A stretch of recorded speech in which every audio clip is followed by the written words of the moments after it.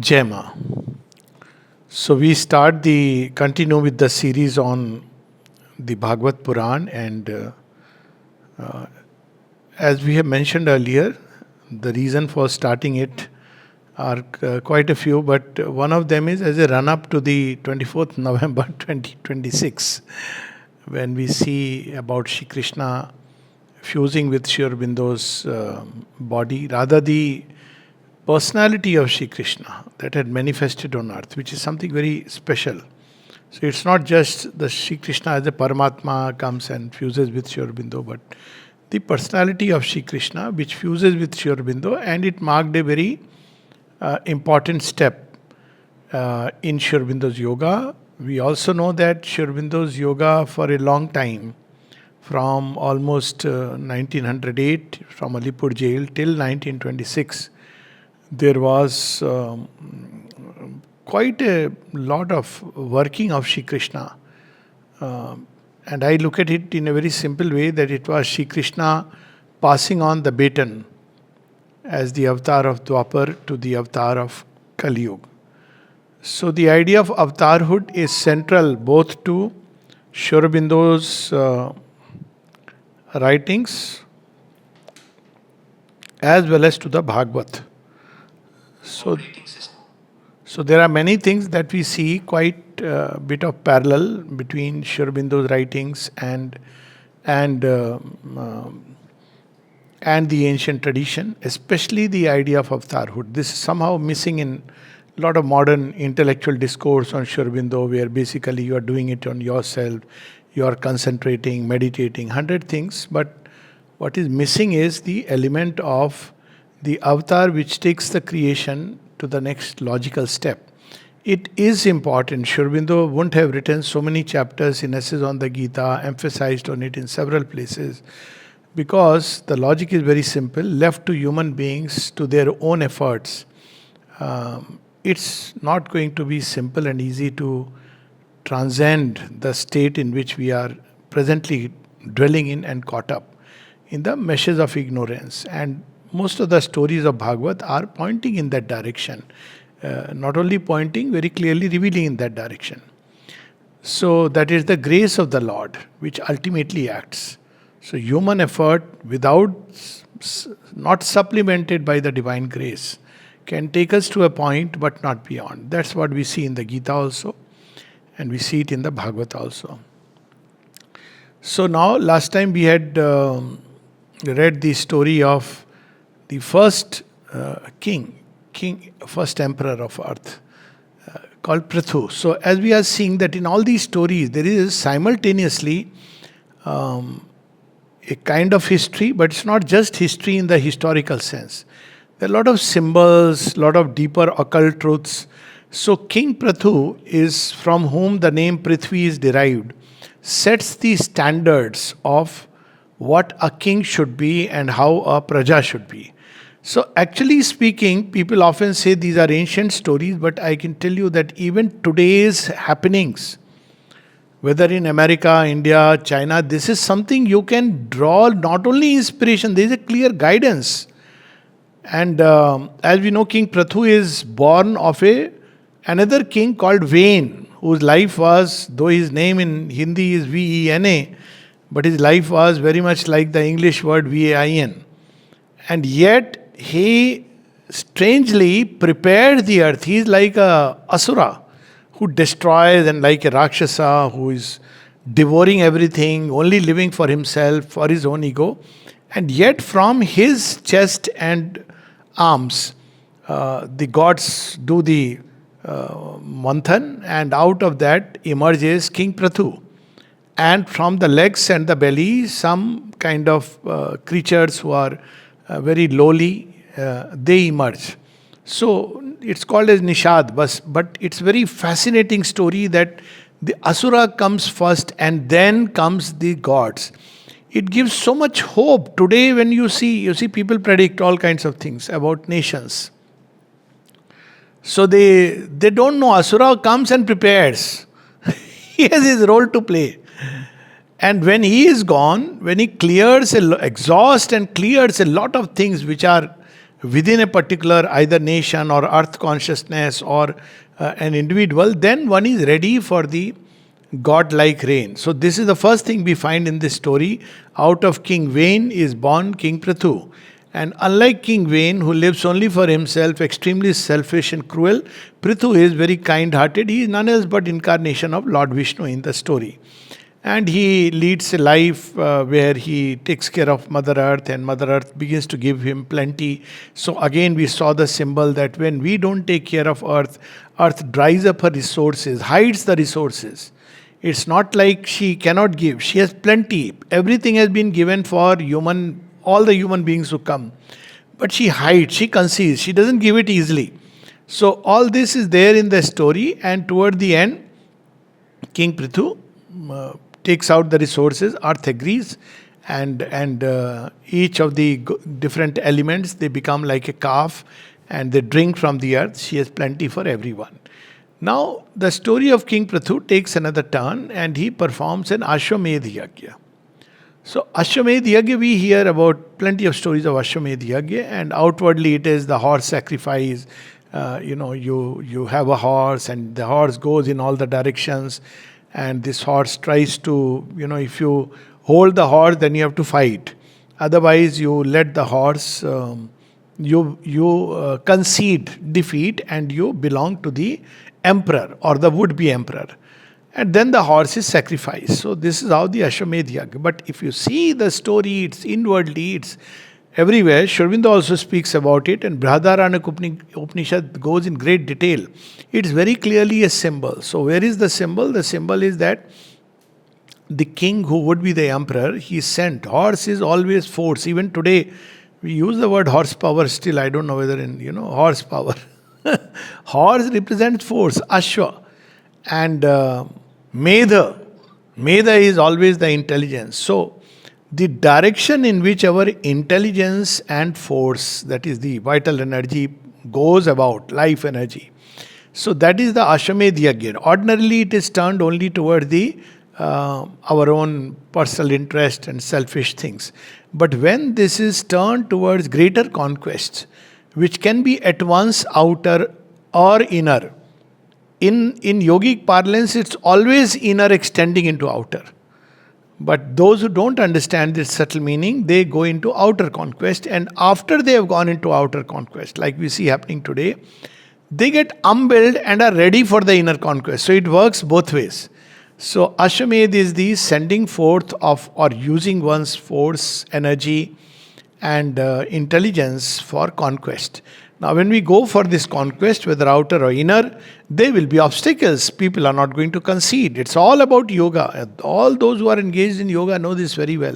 So, there will be forces which will obstruct. They will not let you go past a particular difficulty. So, what do? You have to fight. And ultimately, the stronger wins. So, if the king wins, then he is qualifying to become an emperor. So, one by one, you have to have the conquest of the different domains of the being. That's what the word Arya meant earlier.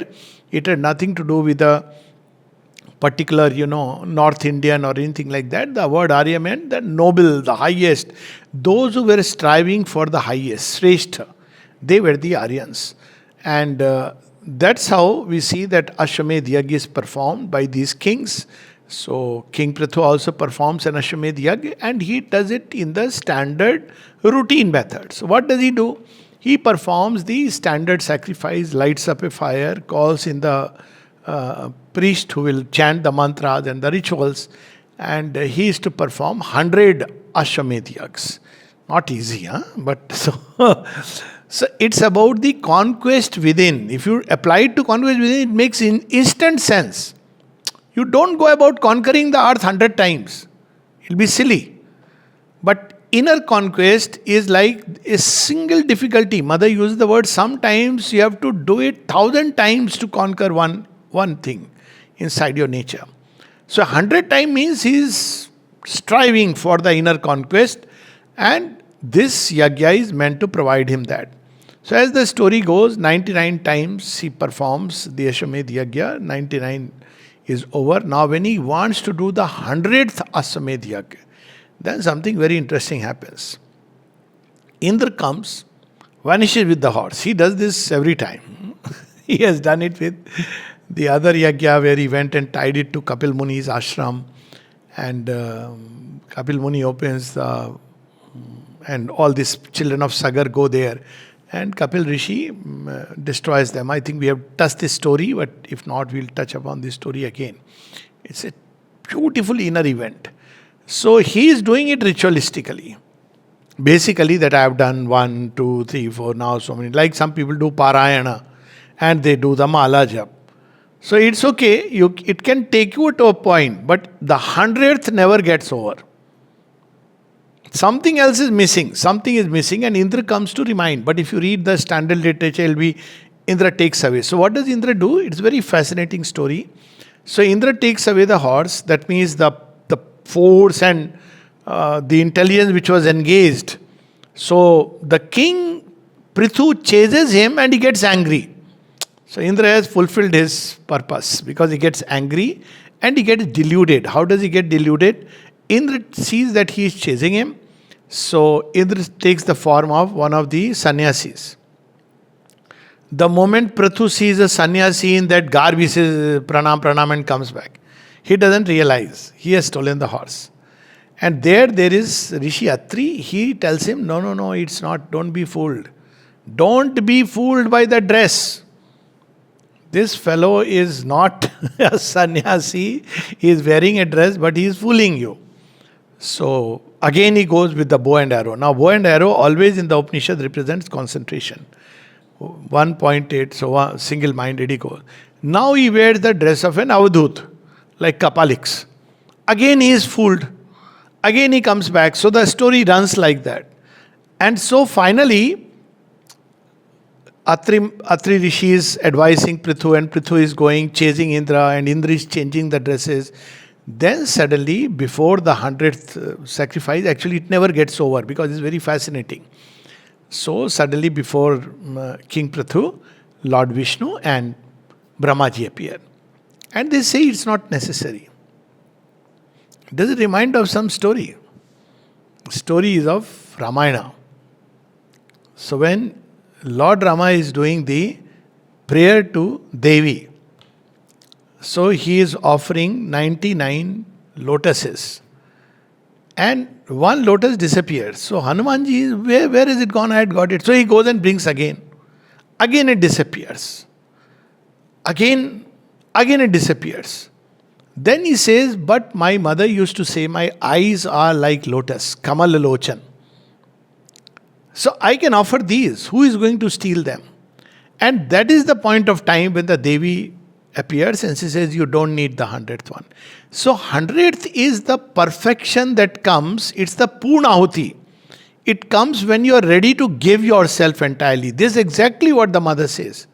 She says, if you really want to, you can try all kinds of practices, but without self-giving, the yoga will never arrive at its fullness. And she says it is the shorter way. If we learn it fast, very good, because ultimately at the end of the day, all the practices we may do, all these yagya, it doesn't bear fruit. And we see the same thing in the story of Jarasandh. He is doing Bali. See, this story is told in so many ways that 99 and 100th one, he dies. He is not willing to make his own sacrifice. So what does destiny do? He is sacrificed at the altar of Shiva. But because he didn't choose for it, Bhima does it. Therefore, the fruit doesn't go to him. So the last sacrifice, the real movement of the yoga, the crux of the yoga is self-giving. So he comes and says, you don't need to do the 100th sacrifice. People who do these sacrifices for getting worldly desires, they are fooling themselves. There are so many words actually in the Bhagavat, it is there. People who wear these kind of dresses, and he says, I don't want you to go on with this process, because Indra is very smartly dressing himself in dresses which in future is going to cheat mankind. Even that is mentioned. That they will wear these kind of dresses, they will cheat mankind. So he is trying to see. What is Indra trying to see? Now this part is not there in the Bhagavat, but as I said, we are looking at it from the deeper perspective. It's narrated as a story. So what does Indra do? Every time Indra does the mischief. Even in Vedas, you will see that there is a colloquy between Indra and Agastya. So when Rishi Agastya is ascending by the power of the Maruts. So Maruts are the thought energies, like some people, tremendous thought power and brain power and mind power. Then Indra stops. So Agastya Rishi says, "Why are you stopping me? I am a seeker, and I am seeking that higher state, and you should be helping me. You are a god." So Indra says, "You are not ready for it." He says, "What do you mean? I have reached so far." He says, "You are not ready for it." And there is a colloquy which takes place. Sri Aurobindo has written about this colloquy, and he comes back. And then he starts from the base. It's a clear experience of yoga. So many people, they climb, they fall, rise and fall, because the base has to be ready and strong. So that same story is being, denoted in this way, all the different literature. Final sacrifice is not of the material objects which you are offering. The sacrifice is of your ego self, the lower self. And when King Pratu is ready for that, as he says, ultimately, that's what I can do. Then the gods appear, says, "You don't need the 100th one." There are people who are completely deluded and misled, and they are engaged in only external ritualistic worship. This comes several places. And they seek various benefits from the gods. But he who seeks the highest, he has to give himself. Now, this is very interesting, because today also somebody was asking, why did Mother say you don't need to worship the gods? I said, this is not Mother, this is there in every literature. Actually, it is not something new, because people don't know that in all traditional literature you are told that the gods will bind you. In fact, the Vedas go on to say they will keep you captive. Men become the cattle of the gods. Again, it's not saying you don't do. But gods who will, what is called as Vedvad in the Gita, they will satisfy, fulfill our outer longings, material longings. But they cannot grant us the highest, because they themselves are in the sphere of Maya. They are themselves acting, they don't know the highest themselves, they are acting according to what they can give. It's a transactional relationship. So they come and say that, well, Indra was doing something mischievous. So Indra also comes and says, "Now I'm really sorry, my job description." He doesn't use the word my job description, but he says, "I'm sorry," and he falls at the feet of King Pratu. And then the Aswamedha Yagya gets completed. After that, this the story which finishes. Then King Pratu goes back. And all those who want to know what a prime minister or president should be should read that. It's quite big, so I have not brought it. And because we are primarily focusing on stories, but King Prathu, first he is instructed by Lord Vishnu as to how he should be like a leader of men. Then he goes back and he talks to his praja. And he says, he does his own version of Man Ki Baat. First Man Ki Baat, okay, original. So he goes and says that what are the king's duties? And he says, in fact, Lord Vishnu tells him that you will get taxes. So if you don't turn these taxes toward the benefit of the kingdom and the people living there, you will carry all their sins, meaning thereby you are responsible for all the misdeeds and the mischiefs that take place. And if you fulfill, use it for development and other things, then you carry the goodness of 1/6 of the praja. So it's like there is something you are getting because you are governing well. So there is a inbuilt within it that you either degenerate or you evolve as a king. And then there are duties even for the praja. And the king speaks about it. They are very simple. All are about, your inner connection with this world, and you should take only what you really need. And Mother has put it very beautifully, She says, there is enough, for everybody's need. What has spoilt and destroyed the earth is greed, human greed. So greed is something which destroys this earth. Whereas if you need, now in Auroville, that's how the system is. In Auroville, there is nothing like buying things for yourself. You go to a store, pick up what you need. And somebody was telling me a very interesting story. She went to one of the stores, clothes store. She had just joined Auroville. And she said, I can pick up anything. I said, yeah, you can pick up any number, any number. So she kept picking. She picked up 14. And Then she's thinking, oh, is it enough? Then suddenly a thought came to her, but I can come and take any time. Why do I have to carry 14 dresses to my home? See what a solution she has provided. And so she left all of them, just picked up 2. And she goes back. I can come and pick up any time. See how far reaching is mother's vision. So ultimately, King Pratu says such things in different language, but basically it is the same thing. How the praja should be, how the king should be. And then that story ultimately ends. There are a few other episodes, but they are not so important. Then comes another story. In his own lineage, there comes another king who is again performing yagyas. And he is performing again ritualistic yagyas. And he is still caught up in the mesh of all things, usual desires and everything else. He is caught up. And then Narad Muni comes. Now, if you read the Bhagavat, Narad is such a wonderful being. He is a demigod, full of compassion for human beings. So he comes and instructs them when they need it. So when I see some of these television serials, earlier we used to see, where Narad is shown in a very poor light, I feel this is the action of the Asura, because, people have shown him as if, he is just a object of mockery, he is just enjoying creating conflicts. He doesn't do that. He is extremely helpful.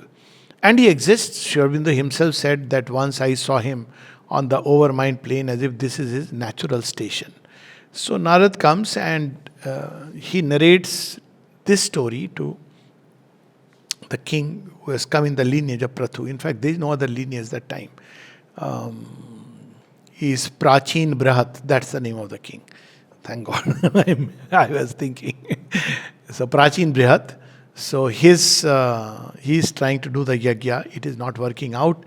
So then Narad comes, takes pity. He's a nice man, but he doesn't know. So he's only engaged in the external karma kanda. He's not understanding the true merit. Now this karma kanda and gyan kanda was not about abandoning works. Nowhere it is there, because all of them, after receiving knowledge, go back and do the work. But they have received the knowledge which is the base for doing work. And that goes with the Gita, that before we engage in karma yoga, the first thing Gita insists on is Jnana Yoga. If you look at the 18 chapters, it's all about discerning intelligence. Without Jnana, if you do karma, without Jnana, if you do just blind kind of bhakti for personal desires, it's not going to take us to the highest. So then Narad Muni comes, takes pity on him, because he is also faltering like King Pratu, and tells him that, look here, what is the problem? He says, I don't know, my mind is very restless. I'm doing all this yagya. He keeps doing yagya. As if that's his obsession.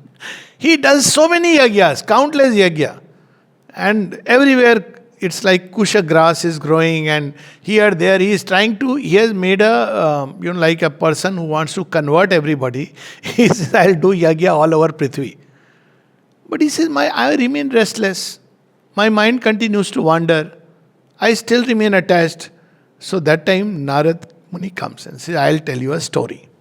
Now start the story, another interesting story of two friends.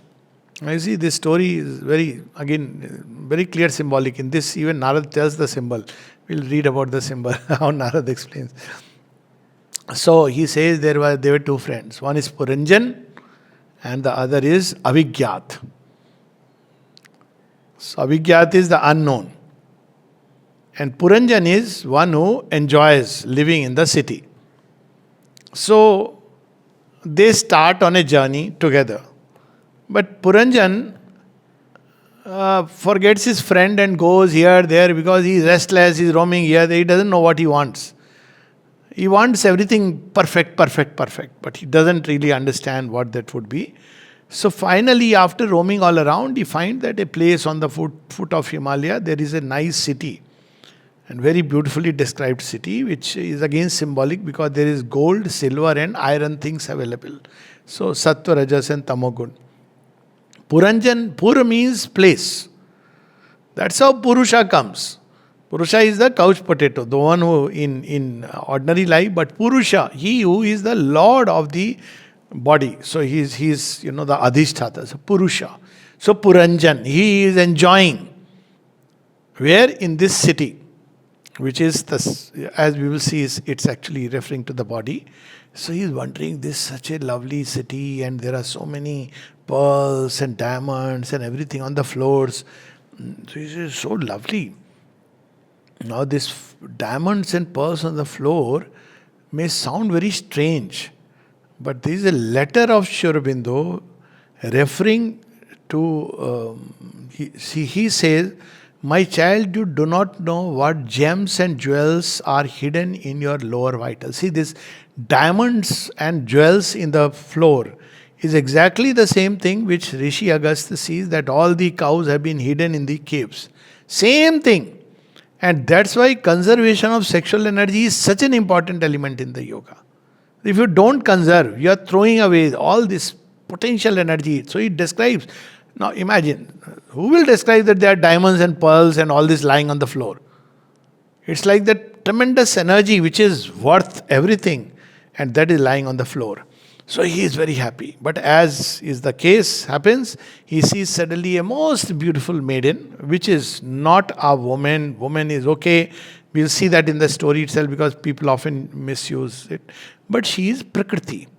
So she is very beautiful, and she is guarded by a 5-hooded snake. And there are 11 bodyguards, and there are 9 doors to this city, and all this is described. Anybody who is conversant with the Indian thought will know it's about the human body. And this lady says, he asks, who are you? Are you married to someone? She says, I don't know how I am here. I don't know how come I am here. I don't know who these guards are. Prakriti in ignorance. She says, I have no clue. I am also looking for somebody who can really be wonderful, and I see you, and she attracts him. You see, Prakriti and what she can give, body, the vital energy. So she attracts him and says, you know what, you are the person I think I was doting for you, waiting for you. So Puranjan says, very nice, let's be happy hereafter. And they are happy hereafter for a long, long time. So he starts exploring each of the gates. There are 9 gates to the city. So 9 gates, we all know, are very clearly referring to the senses which go out. There are, anyways, we'll read that, how Narada Rishi's original explanation. So he goes out from one gate, and it takes you to the Saurabh city, very clear symbol from the 2 nostrils. Names are also similar, very similar. So Nasikani and Nasikani, so like that. So very, very easy to follow. Then through the years, so he is seeking all that is pleasant in the world. And slowly he is enjoying all kinds of pleasant things. One day it happens that says, I want to go hunting. Now you see, there is a balance between Prakriti and Purusha. That's a healthy way of living. So, when is the balance lost? When there is greed, when there is ambition, when there is hunger of various kinds. So he says, let me go out and do hunting. So he kills all kinds of creatures. He doesn't need them. He goes about hunting them, and just he's enjoying that state. He forgets that, Puranjani is the name of his wife. So Puranjan and Puranjani, that she must be waiting for him. So when he comes back, so Puranjani is lying on the floor. He's all exhausted. See, his story is very, very clear, but still. So he asks all the people who were her guardians, what happened? They say, I don't know what happened. So he goes and tries to lure her that, okay, I've got things for you, this and that. And she slowly comes up, but she has begun to grow old. And he's wondering what has happened. She's not taking that interest as she was taking earlier. See how signs of old age is coming. And then one day, suddenly, there is a strange visitation of another woman who is called Kal something. Anyways, Kal is the important part. So Kali Yavnika or something like that. It's a feminine name. Kali Yavnika. And she's the daughter of Yavan, who attacks and destroys. And there are Gandharvas who also. Gandharvas are the beings of the mid-world. So they attack the city. And when they attack the city, now these beings of the midworld are beings like emotions, all this. So through the emotions they attack, and then this Kal Yavnika also comes, says, I want to marry you, nobody is marrying me, etc. There a lot of things happen, and the king ultimately says, okay, I think I'll marry you. But Narad describes something very interesting. While he's narrating the story, he's saying, this Kali Yavnika had come to me also, as an aside. But I refused her. Just a subtle hint. How mother would say, don't talk about age. How old are you? I refused her. And she went away. She brings diseases. All that is described in quite a gory details. So she brings all kinds of diseases, and slowly his fortress is besieged. All these Gandharvas run havoc. They are beings of the vital world, mid-world. So they run havoc, and finally this lady, she is Puranjani, she is all helpless on the floor. The 5 serpents are fighting, but they have grown old. They also can't safeguard. So 5 serpents are very clearly the Panch Pran.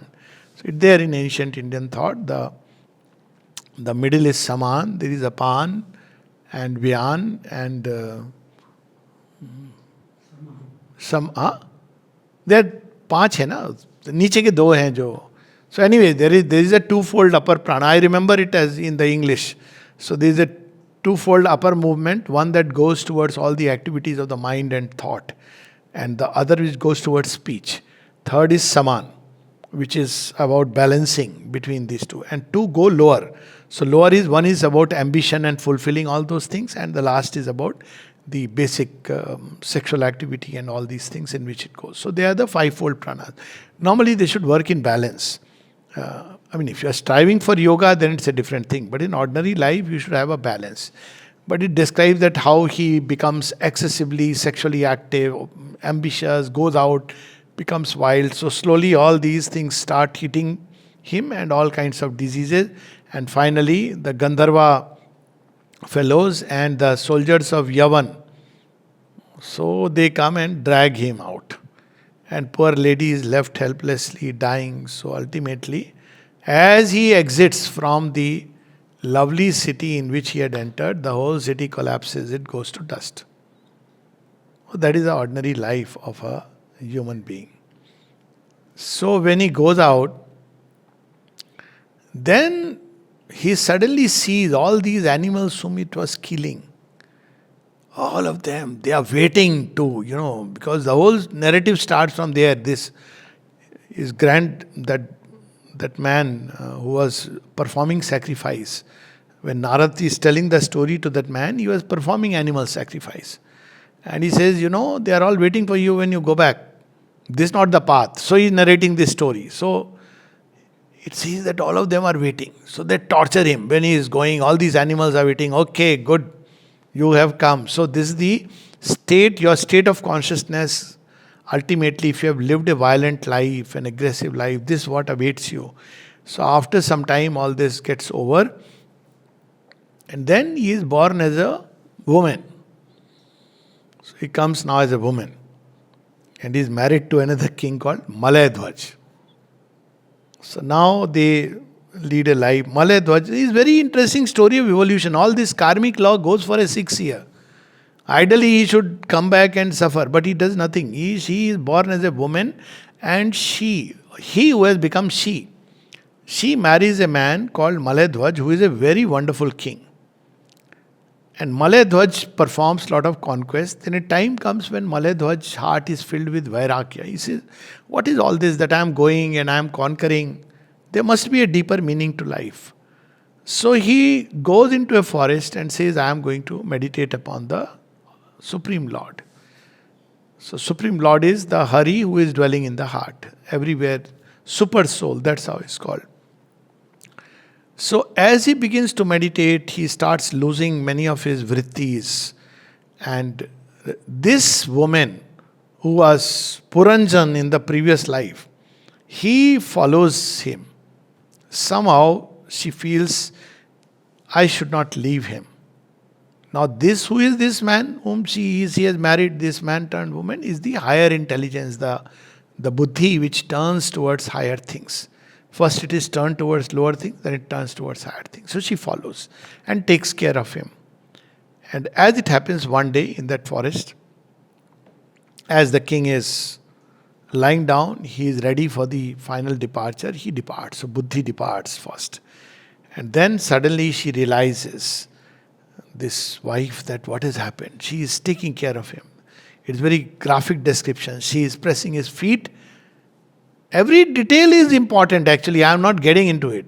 How the prana or the departure of a yogi takes place from below upward, ultimately upward. So she realizes that he is not yet, no more alive. So she starts crying and crying. She's saying, why, who has put me now? You have left me, and see, this my state. I'm caught up here and any animals will eat me. She's full of fear. And that is the time an old Brahmin comes. She says, now who are you? He says, you have forgotten me. I am your friend. Who is he? He is Avigyat. The two friends had gone out and he forgot. He says, but I remember you. He says, I don't remember anything. He says, yes, you don't remember me, I know, but I remember you. I know everything about your previous life.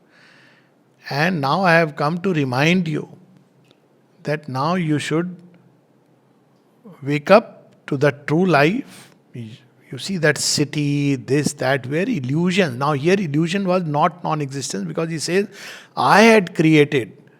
The super soul is saying, I had created this for you to grow and learn. It was not in terms of a non-existent reality. Illusion even in Sri Aurobindo's sense is not that it's a non-existent reality, which is in Advaita it later on became like that, but a distorted reality. He says, but you have forgotten, I have not forgotten you.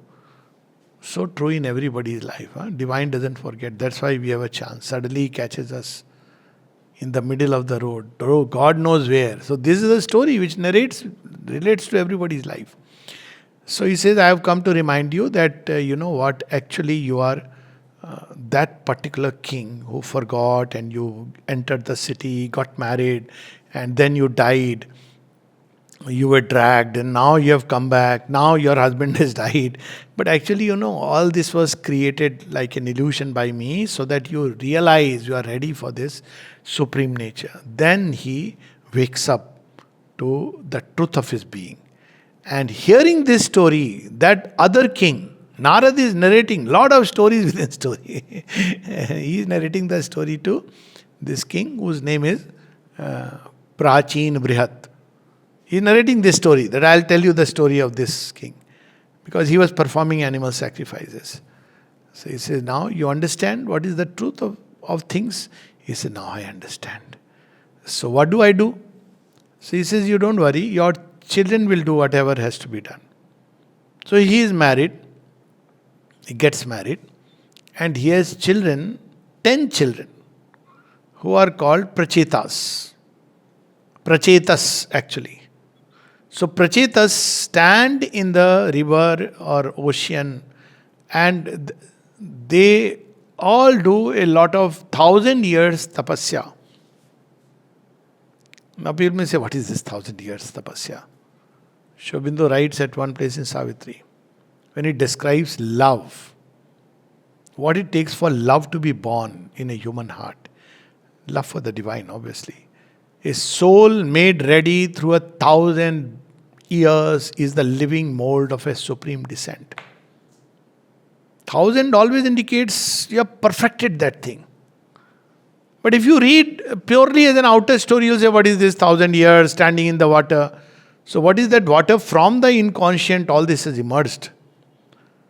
And they do a lot of tapasya, 1,000 years, one pointed, they meditate upon Hari, then they receive that love. Now that love has to manifest itself, they have to have their own offspring, and therefore he marries. They are advised, all the 10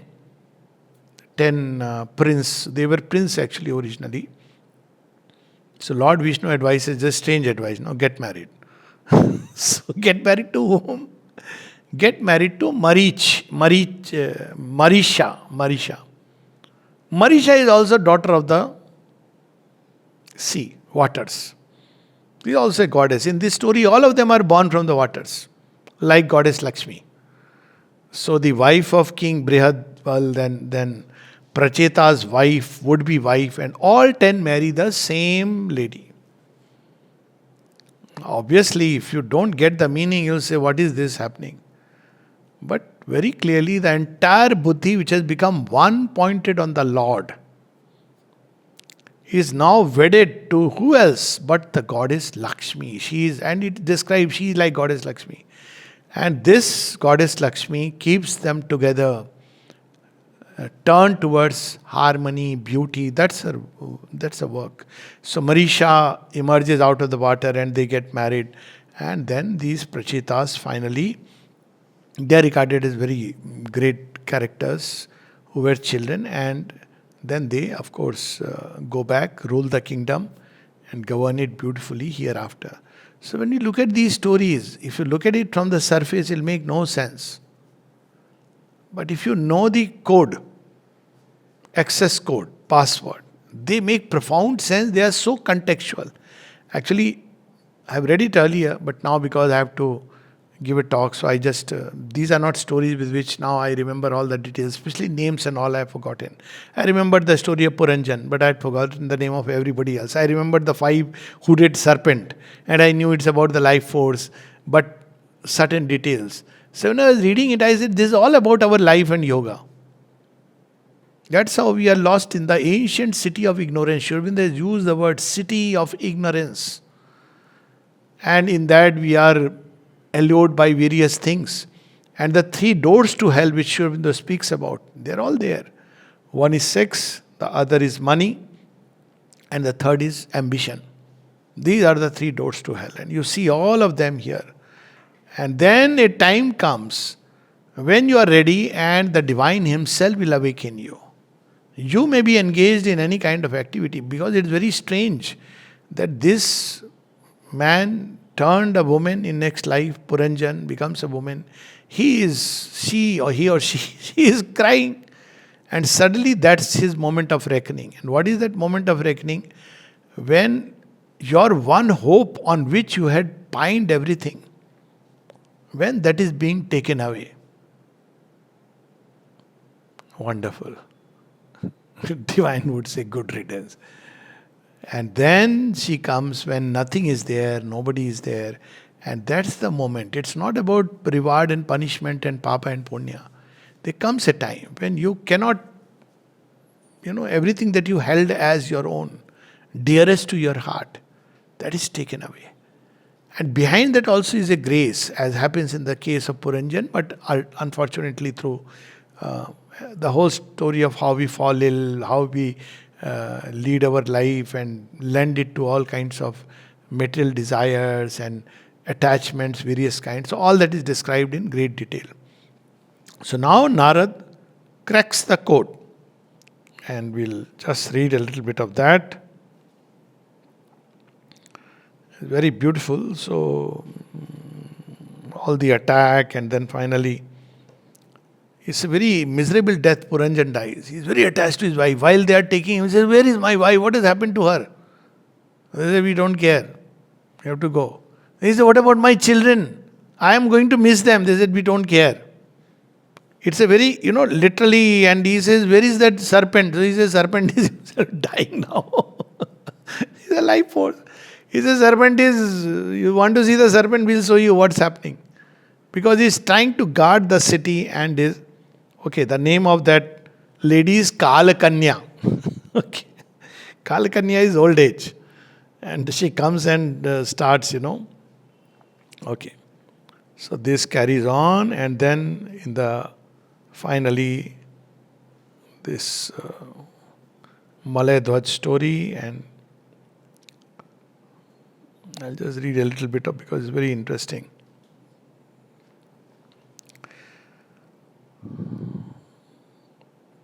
This just to give a taste of what these stories are. They are, and to remind us that these are not some stories which are like superstitions and just. Okay. So, first a little bit of what the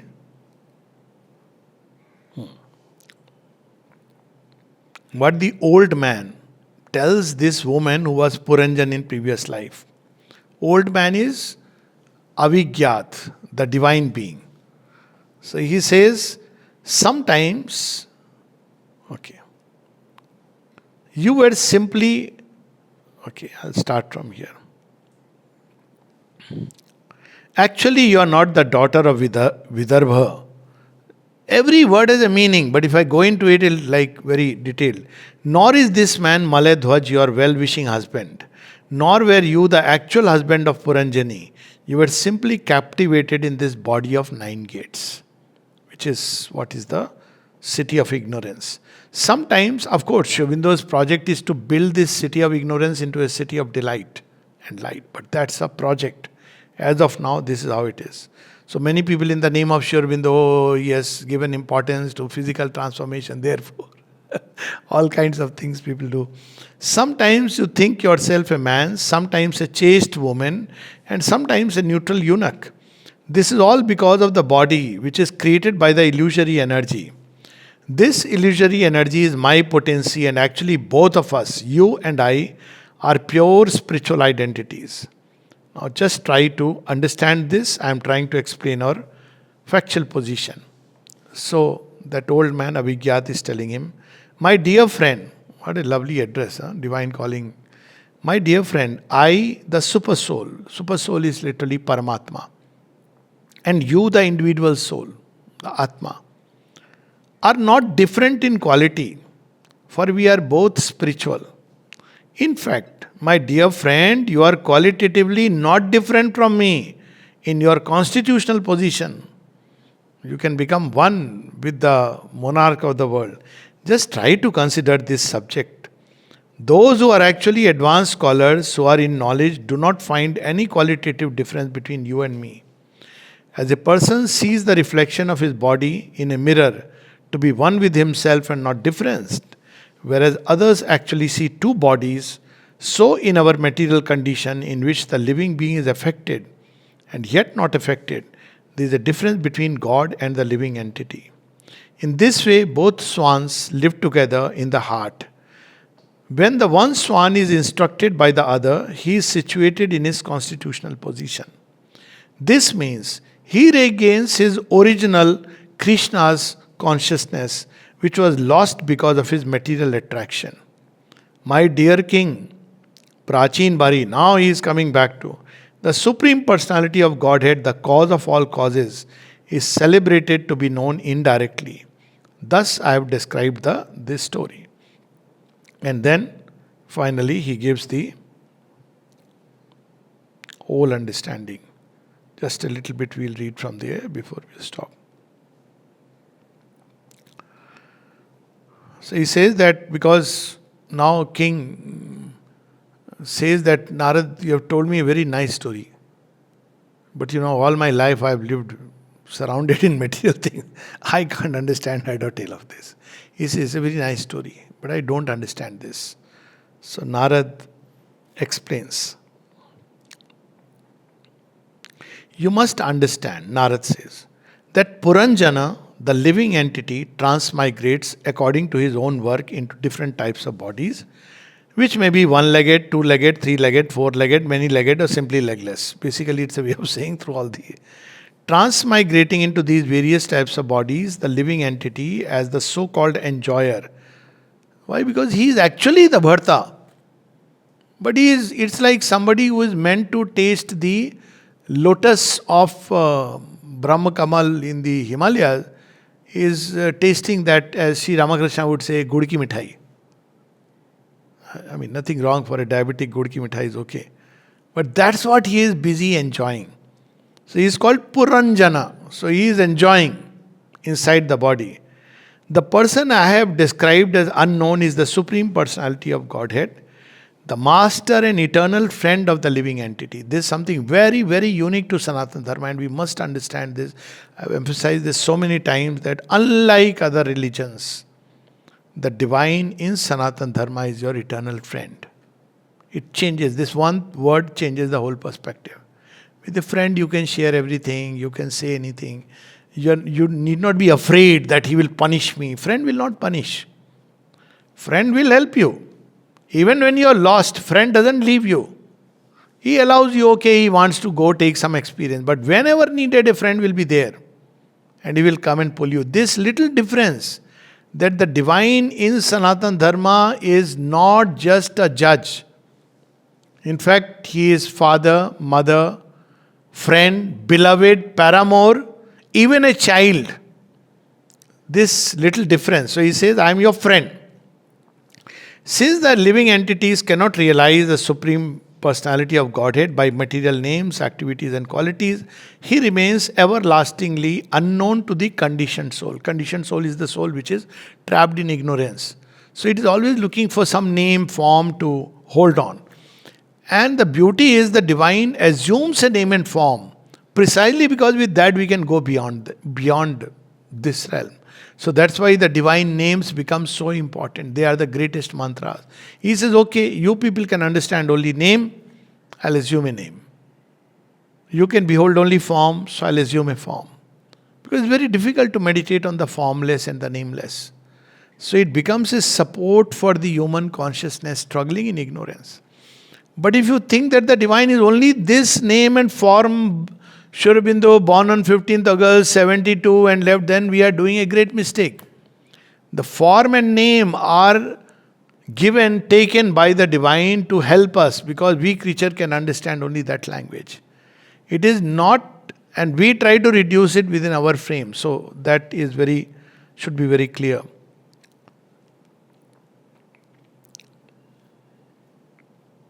Okay. So he explains the whole, one second, this. Yeah. Yes.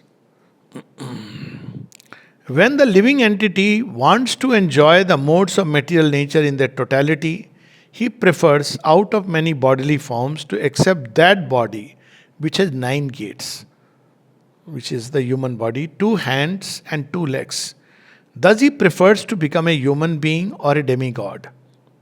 The great sage Narad continued, the word pramad mentioned in this regard refers to material intelligence or ignorance. It is to be understood as such. When one takes shelter of this kind of intelligence, he identifies himself with the material body. Influenced by the material consciousness of I and mine, he begins to enjoy and suffer through his senses. Thus the living entity is entrapped. This is so important about the material intelligence. Somebody sent me a question yesterday. Of course, I know this question has been doing the rounds. Why are dinosaurs not mentioned in the Vedas? And people are so stupid because this question is going around and somebody replied and drew conclusion that no, because they are not in India, dinosaurs took place somewhere, and kangaroo is also not mentioned because in Australia. I said, I'll give you a list of hundreds of Indian things which are not mentioned. It has nothing to do with India or other places. So, Vedas are about essential knowledge. It's like if you have the knowledge of the Panchbhut, you can build up anything material. That's what was understood by the science of alchemy. If you know the knowledge of the 3 gunas, qualitative guna, you can understand anything. Nowadays you say, this, if you eat this at this time, there will be a problem. Now you are studying lipids and all this. This is a very wrong way to go about because it's all quantitative. But if you know the inner side from the pure quality, and which is well known, well described, you can say whether it is helpful or harmful. So it's another kind of science. It's not about dinosaur, but what does dinosaur represent? That it will tell you very clearly. It represents a kind of rajas, which, a tremendous explosion of rajas. And that energy is dangerous. So asteroid or something came down on earth and finished it. So It won't be mentioned like you have to see in Vedas. It's not an encyclopedia of sort. Where is dinosaur? Where is kangaroo? Of course, the question here is so stupid because this is called material intelligence, which cannot see beyond the limits. That's why Vedas are known as secret knowledge. From that, you can know everything, you can understand everything, you can rebuild everything. Because that is the fundamentals. So, the serpent, which was described as having 5 heads, is the life air acting within the 5 circulatory processes. That's what spoke about. The 11th attendant, who is the commander of the others, is known as the mind. He is the leader of the senses, both in the acquisition of knowledge and in the performance of work. The Panchal kingdom is that atmosphere in which the 5 sense objects are enjoyed. Within that Panchal kingdom is the city of the body, which has 9 gates. The eyes, nostrils, and ears are pairs of gates situated in one place. So, the whole logic he very clearly describes. It's a description of the human body and the mind, the gross and the subtle. And as long as one is tied to that and seeking all the things of that, you will go through pleasure and pain. It's not a question of karma and the law, because if you say good karma is bringing you happiness, that is also binding you. You will be subject to pleasure and pain. But when you wake up to your truth, then of course you are freed. So toward the end, it's a long, people can read.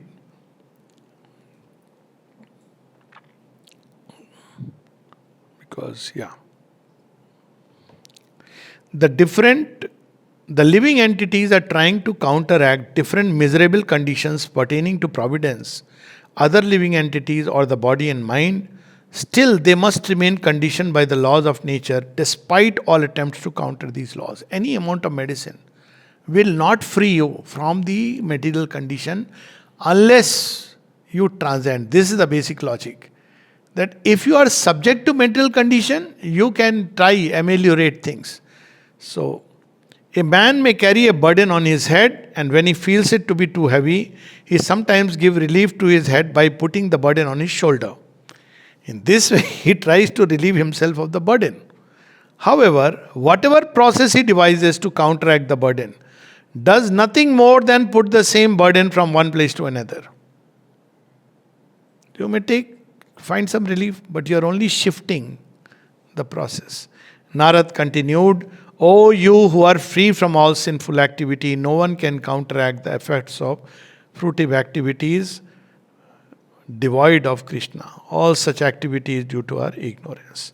So he speaks of all the various analogy, the dream and waking up from the dream and all that we have been already speaking of in different context. And so finally Puranjan wakes up and he says, I had some doubts, and he says, what is the path? He says devotion and service. This is what comes again and again. This is the path of liberation, because people even with knowledge can get deluded.